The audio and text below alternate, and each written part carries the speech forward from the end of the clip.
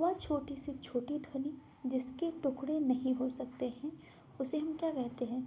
उसे हम वर्ड कहते हैं। वर्ड अर्थात वर्ड ऐसी ध्वनि है जिसके हम टुकड़े नहीं कर सकते हैं। वह छोटी से छोटी ध्वनि है जिसके टुकड़े हम नहीं कर सकते, उसे हम क्या कहते हैं? वर्ड कहते हैं। उच्चारण के आधार पर वर्डों के कितने प्रकार हैं? 2 प्रकार हैं। जिन वर्डों के उच्चारण में दूसरे वर्ड की सहायता की आवश्यकता नहीं होती है उन्हें हम स्वर कहते हैं।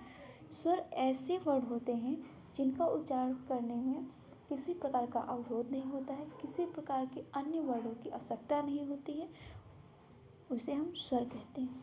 दीर्घ स्वरों की संख्या कितनी है? दीर्घ स्वर हमारे 7 हैं। कौन कौन से हैं? बड़ा आ, बड़ी ई, बड़ा ऊ, ए, आए, ओ, आओ। ये हमारे क्या है? ये हमारे दीर्घ स्वर हैं। किसी स्वर के उच्चारण में लगने वाले समय को क्या कहते हैं?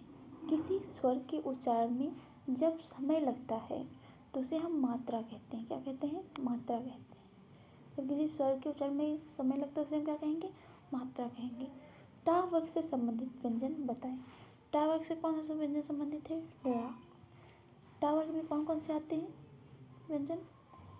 पहली बार टा आता है, फिर ठा, डा, ढा, अंग।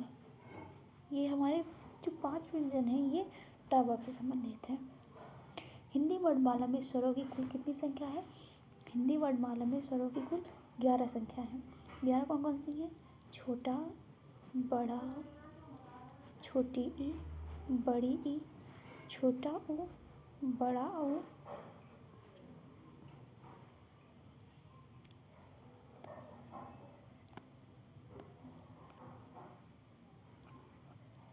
छोटा ऊ, बड़ा ऊ, री, ए, आए, ओ, आओ,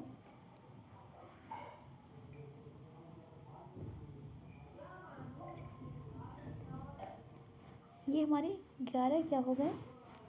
ये हमारे 11 स्वर हैं। ठीक है।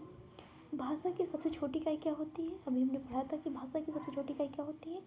वर्ण अर्थात ध्वनि। क्या होती है? वर्ण अर्थात ध्वनि। ये हमारी भाषा की सबसे छोटी इकाई है। कंठ ध्वनियाँ कौन सी होती है? कौन सी ऐसी ध्वनियाँ हैं जो कंठ से जिनका उच्चारण होता है? तो का वर्ग का उच्चारण कंठ से होता है। का, खा, गा, घा, अंगा। इनका हमारा उच्चारण कहाँ से होता है? कंठ से होता है। कहाँ से होता है? कंठ से होता है। ठीक है। मूर्धन्य व्यंजन। मूर्धन्य व्यंजन इनका उच्चारण मुँह से होता है, तो इसे हम याद कर लेते हैं। का वर्ग हमारे होते हैं का, चा, टा, ता, पा। हम देखते हैं पहले स्वर कहाँ से निकलता है? कंठ से निकलता है। फिर मूर्धन्य से निकलता है। कहाँ से निकलता है? कंठ से निकलेगा। पहला स्वर कहाँ से निकलता है? कंठ से। फिर हम देखते हैं ये हमारा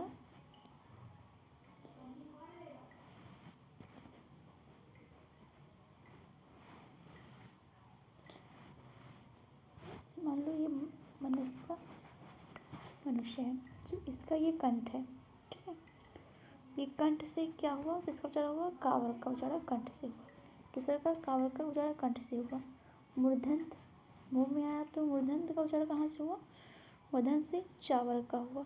ठीक है। फिर उसके बाद हमारे दांत आए, दंत आए। देखो मूर्धन्य